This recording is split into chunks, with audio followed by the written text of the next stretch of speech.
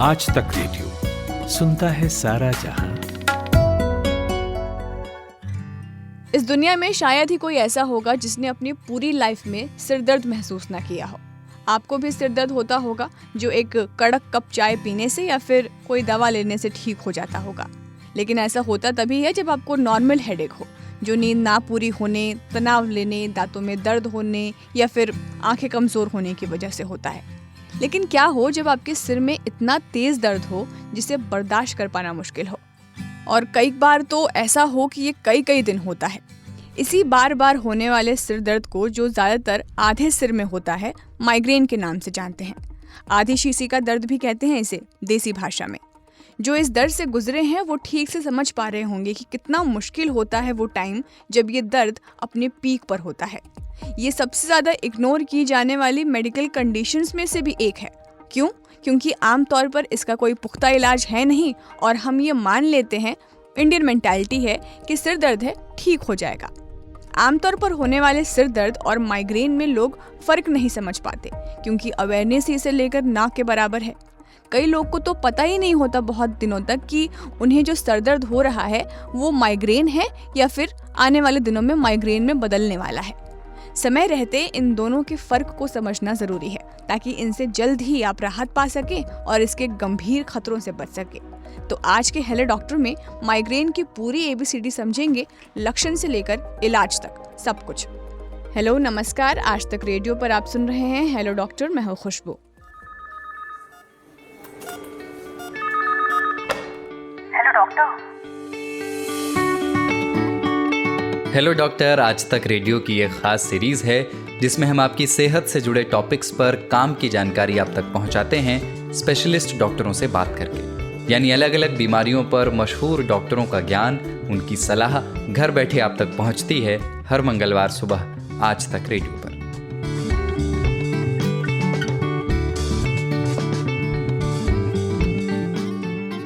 Migraine की intensity अलग अलग लोगों में कम या ज़्यादा होती है। दर्द कई बार कुछ घंटे में ही कम हो जाता है तो कई दिन तक रह सकता है। मेरे रिलेटिव में ही एक शख्स को सिर में दर्द पहले भी होता था, लेकिन कुछ महीने से दर्द काफ़ी रेगुलर और बढ़ता ही जा रहा था। मतलब ये समझिए कि जहाँ सिर्फ महीने में एक आध बार दर्द होता था, अब हफ्ते में 2-3 बार होने लगा था। एक दिन मुझे पता चला कि जब वो रोज़ की तरह ही गार्डनिंग कर रहे थे तो अचानक चीखते हुए गिर पड़े। उनको ऐसे लगा जैसे कोई गर्म सरिया उनकी आंखों पर लगा रहा है। सिर दर्द से फटने लगा जैसे कोई सुई चुभ हो रहा है। कुछ समय बाद, कुछ वक्त के बाद थोड़ा कम हुआ उनका सर दर्द, लेकिन गया नहीं। बाद में पता चला कि उन्हें माइग्रेन है। इसीलिए शायद इसे दुनिया की दर्दनाक बीमारियों में से एक माना जाता है। कुछ आंकड़ों पर आपकी मैं नज़र डलवाऊं तो इसकी सीवियरिटी का अंदाज़ा आप खुद लगा पाएंगे। दुनिया भर में करीब 100 करोड़ लोग इस बीमारी के शिकार हैं। वर्ल्ड हेल्थ ऑर्गेनाइजेशन के मुताबिक दुनिया भर में 7 एडल्ट्स में से 1 को माइग्रेन है। एक और बात है, इसमें पुरुषों के मुकाबले महिलाओं में ये 3 गुना ज़्यादा हो सकता है। International journal the Lancet global health में पब्लिश हुई एक रिसर्च में पता चला है कि 2019 में हमारे देश की 35% आबादी माइग्रेन का शिकार थी। अमेरिका के माइग्रेन एसोसिएशन के अनुसार इस समस्या से कुल मिलाकर 36 मिलियन अमेरिकी नागरिक प्रभावित हैं। ये अमेरिका की आबादी का कुल 12% हो गया। तो अमेरिका हो या भारत हो, इस बीमारी से सब परेशान हैं। बड़ी संख्या में लोग इससे जूझते हैं। तो आज हमने सोचा कि हेलो डॉक्टर में माइग्रेन पर बात करें। आखिर क्या होता है ये, आपको कैसे पता चलेगा कि आपको सिर्फ सिर दर्द हो रहा है या माइग्रेन का अटैक पड़ रहा है, और सबसे ज़रूरी इसके इलाज के बारे में। हमें कई और लोगों ने भी कहा कि इस बीमारी पर हमें एक डॉक्टर से बात करनी चाहिए। इन्हीं सब सवालों के जवाब देने के लिए हमारे साथ आज इंटरनेट कॉल पर जुड़ गए हैं डॉक्टर CS नारायणन, द्वारका के मणिपाल हॉस्पिटल में न्यूरोलॉजी डिपार्टमेंट के हेड हैं। स्वागत है डॉक्टर CS नारायणन आपका आज तक रेडियो के हेलो डॉक्टर पॉडकास्ट में। कैसे हैं डॉक्टर साहब आप? बिल्कुल सही। बहुत बहुत शुक्रिया मुझे आज तक के इंटरव्यू में इनवाइट करने के लिए। डॉक्टर साहब, सिर दर्द की समस्या बहुत ही आम समस्या है। मतलब जैसे कि मैं शुरुआत में कह भी रही थी कि शायद ही कोई ऐसा हो इस दुनिया में जिसने अपने लाइफ में सिर दर्द महसूस ना किया हो। पर मैं आपसे सवाल पूछना चाहती हूँ कि क्या आपको सिर दर्द होता है, और होता है तो फिर आप क्या कर रहे होते हैं उस वक्त? हाँ बिल्कुल, मुझे भी सर दर्द होता है। मुझे माइग्रेन के ही शिकायत है और मुझे महीने में 3 से 4 बार बहुत सीवियर सर दर्द होता है। एक वन साइड हेडेक जो होता है and it's got all the features of migraine. उसमें जैसे जी में चलता है, बहुत सिवियर दर्द होता है जो कुछ घंटे के लिए रहता है एंड और रोशनी और आवाज से बहुत चिड़चिड़ापन होता है इस दौरान, और बिल्कुल ही जो है एक किस्म से टायर्ड फीलिंग, और कुछ भी काम नहीं कर पाते ड्यूरिंग दिस पीरियड। डॉक्टर साहब, सिर दर्द के साथ एक समस्या मुझे ये भी नज़र आती है कि जब ये हो रहा होता है, लोगों को फ्रिक्वेंटली हो रहा होता है, इसके बावजूद लोग इसे इग्नोर कर देते हैं। वो नहीं जानना चाहते कि इसके पीछे की क्या वजह है, क्यों हो रहा है ये।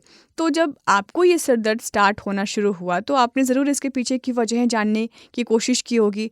तो अब तक क्या लगता है आपको, जो सर दर्द होता है आपको, वो किन वजहों से होता है? हाँ, जो आम ट्रिगर्स है जो मुझे भी होता है, जो जैसे धूप में लोग जाते हैं, या जो वेदर चेंज होता है, या कोई स्ट्रॉन्ग स्मेल जो परफ्यूम के स्मेल के वजह से होता है, या स्लीप डिस्टरबेंस होता है जिनको बहुत कम स्लीप मिल पाता है खाली पेट में। So these are the common triggers. Of course stress is a trigger for almost all conditions, so stress में भी हो सकता है। And some types of food have been associated with migraine, जैसे अजीनोमोटो हो गया, चीज हो गया, चॉकलेट हो गया, रेड वाइन हो गया, इन चीजों से भी माइग्रेन ट्रिगर हो सकता है। जो आमतौर पर डॉक्टर साहब सिर दर्द होते हैं, जिसकी वजह से आपकी डेली लाइफ हैम्पर नहीं होती है, आपकी डेली एक्टिविटीज़ प्रभावित नहीं होती हैं, क्या ऐसा हो सकता है कि आम सर दर्द आगे चलकर माइग्रेन में बदल सकता है?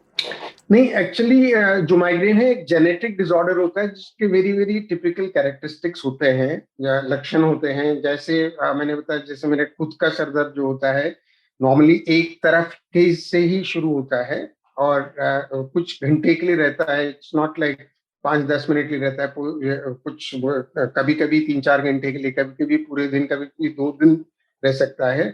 और एक और कैरेक्टरिस्टिक फीचर इसका है कि जो लाइट और साउंड से सेंसिटिविटी जो होता है दैट इज वेरी इंपॉर्टेंट, और नोजिया या जो जी मिचलना है वो इम्पोर्टेंट चीज है।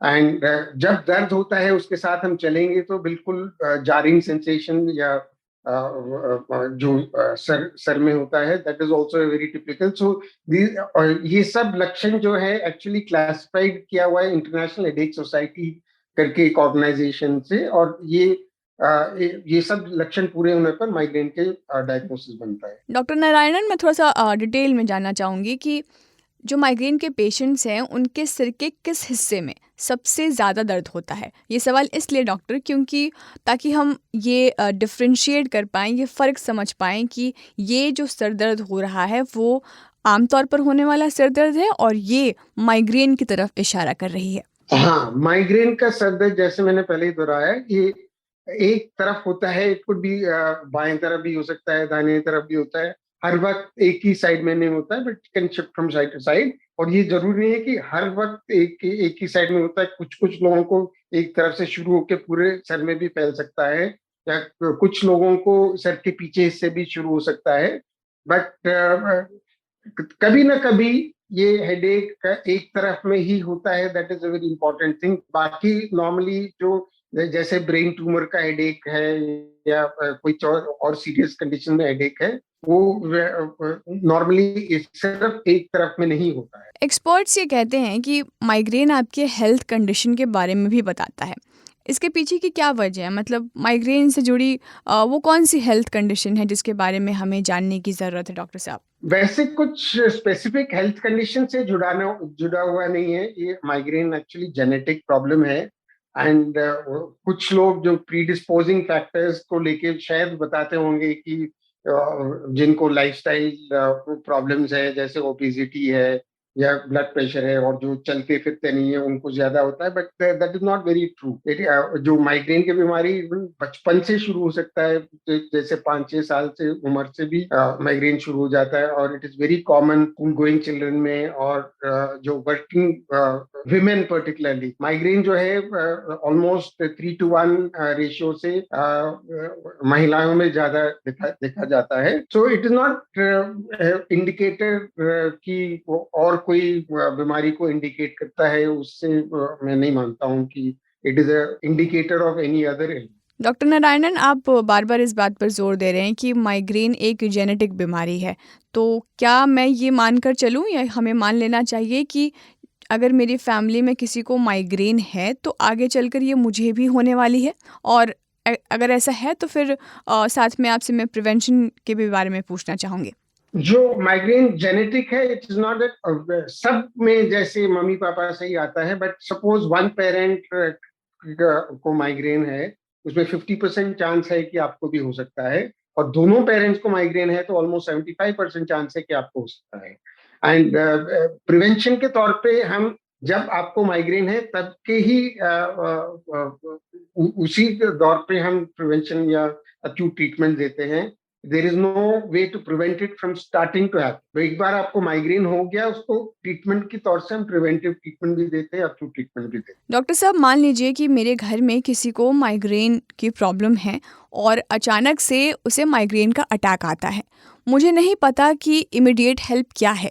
तो ऐसे लोगों के लिए जो घर पर रहते हैं और उनके किसी परिवार के सदस्य को माइग्रेन की शिकायत है, तो उनको क्या पता होना चाहिए कि जब भी ऐसी कोई सिचुएशन आए अचानक से तो वो उसको इमीडिएट हेल्प दे पाए? वो इमीडिएट हेल्प क्या हो सकती है? ये बहुत जरूरी है कि उनको एक काम एनवायरनमेंट में लिटाया जाए, एक क्वाइट डार्क रूम में लेट सकते हैं, और उनको नींद आने पर एक्चुअली माइग्रेन काफी हद तक ठीक हो जाता है। सो ऐसे एनवायरनमेंट में लिटाया जाए कि उनको नींद जल्दी से जल्दी आ जाए।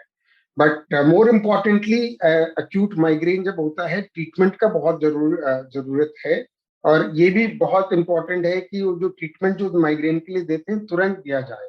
उसके लिए जो नॉर्मल पेन किलर्स वगैरह जो होते हैं जैसे एस्पिरिन या पैरासिटामोल, वो भी काम करते हैं, बट काफी कुछ और दवाएं हैं जो माइग्रेन स्पेसिफिक दवाएं है, उसको देना बहुत जरूरी है।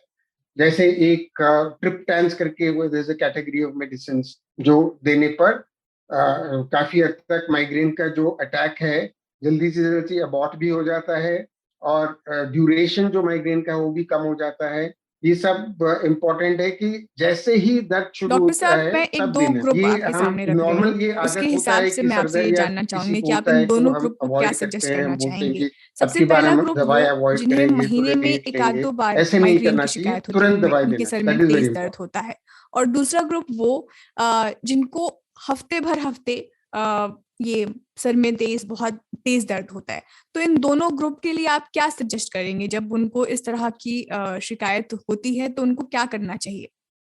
ये बहुत इम्पोर्टेंट सवाल उठाया आपने, और जो माइग्रेन के ट्रीटमेंट जो माइग्रेन की फ्रीक्वेंसी से बहुत जुड़ा हुआ है।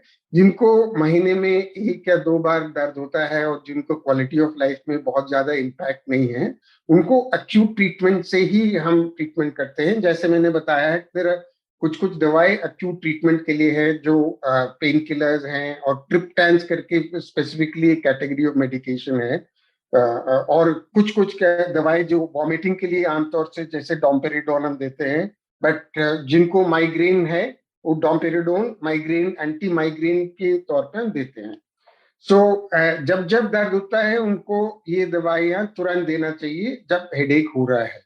और जिन लोगों को माइग्रेन ज्यादा होता है, महीने में 4 या 5 से ज्यादा होता है, और जो उनको क्वालिटी ऑफ लाइफ में भी इम्पैक्ट होता है, उनको प्रिवेंटिव मेडिसिन दिया जाता है। वो प्रिवेंटिव मेडिकेशन की काफी कुछ कैटेगरीज हैं, बट इंटरेस्टिंगली ये जो कैटेगरीज हैं they are all medicine which are used for other conditions as well. कुछ तो जैसे एपिलेप्सी के लिए यूज करते हैं, कुछ डिप्रेशन के लिए यूज करते हैं। सो पेशेंट्स काफी कंफ्यूज हो जाते हैं कि क्यों हमें ये सब दवाई दिया जा रहा है। सो इसको अच्छी तरह से समझा के देना पड़ता है कि ये सब दवाई माइग्रेन के लिए भी काम आता है। The third category is actually propranolol, which is very commonly used for blood pressure also. So हमने ये बहुत थोड़ा सा समझाने का पूरा कोशिश करना चाहिए कि ये सब दवाई माइग्रेन के लिए दिया जा रहा है। आपको एपिलेप्सी या डिप्रेशन या ब्लड प्रेशर की बीमारी नहीं है, हम उसके लिए दवाई नहीं दे रहे हैं, बट माइग्रेन के लिए दे रहे हैं। एंड इम्पोर्टेंटली अभी रिसेंटली कुछ डेवलपमेंट्स आए हैं, जैसे हमें अभी अंडरस्टैंडिंग काफी हो चुका है कि माइग्रेन क्यों होता है एट ए मॉलिक्यूलर लेवल। मस्तिष्क में क्या क्या हो रहा है जिसकी वजह से माइग्रेन हो रहा है, उसको टारगेट करते हुए some medicine have been developed recently. इन दवाइयों का एक स्पेशल एडवांटेज है कि ये दवाई महीने में एक ही बार ये चमड़े के नीचे या सबक्यूटेनियस इंजेक्शन के तौर पे दे सकते हैं, so much more convenient. Patients को रोज रोज दवाई नहीं लेना पड़ता है कि प्रिवेंशन वाले दवाई, बट महीने में एक ही बार लेना पड़ता है, और it prevents these headaches from happening in future as well. अक्सर डॉक्टर माइग्रेन को पागलपन से लोग जोड़ देते हैं, बहुत बड़ा मिथ है इसको लेकर। मैं इसी से एक सवाल आपसे ये पूछना चाहती हूँ कि अगर किसी ने ये जो लक्षण आपने बताए, अगर हम बहुत लंबे समय तक इसको इग्नोर करते हुए चलते आ रहे हैं, तो क्या आगे एक ऐसा भी स्टेज आ सकता है जहाँ पर ये हमारे दिमाग को भी डैमेज कर सकता है? नहीं, माइग्रेन जो है लॉन्ग टर्म डैमेज नहीं करता है ब्रेन को। जैसे मैंने बताया था, ब्रेन बिल्कुल नॉर्मल होता है, बहुत ज्यादा सेंसिटिव होता है कुछ ट्रिगर्स, या जैसे हमने काफी कुछ ट्रिगर्स बताए हैं, बट और जैसे हम इन्वेस्टिगेशन वगैरह करके भी देखते हैं, जैसे एमआरआई वगैरह कुछ टेस्ट करके देखते हैं, ब्रेन में कोई प्रॉब्लम नहीं रहता है, और इसमें कोई रिस्क नहीं कोई लॉन्ग टर्म डैमेज का। बट ये जरूर है कि जो बीच बीच में होता है, जैसे आपने बोला, किसी किसी को महीने में एक बार होता है या 2 बार होता है, किसी को 4-5 बार होता है। एक स्टेट होता है कि क्रॉनिक माइग्रेन। क्रॉनिक माइग्रेन है कि एक महीने में 15 से दिन से ज्यादा माइग्रेन होता है और बहुत ज्यादा सफरिंग होता है, इसको क्रॉनिक माइग्रेन बोलते हैं। और कुछ कुछ पेशेंट जो अपने रेगुलर माइग्रेन को इग्नोर करते हैं, उन लोगों को जो एपिसोडिक माइग्रेन जो बोला जाता है, उससे क्रॉनिक माइग्रेन बन जाता है और उनका सफरिंग हद से ज्यादा बढ़ जाता है। But there is no long term damage to brain, और इसको पागलपन से कोई भी कनेक्शन नहीं।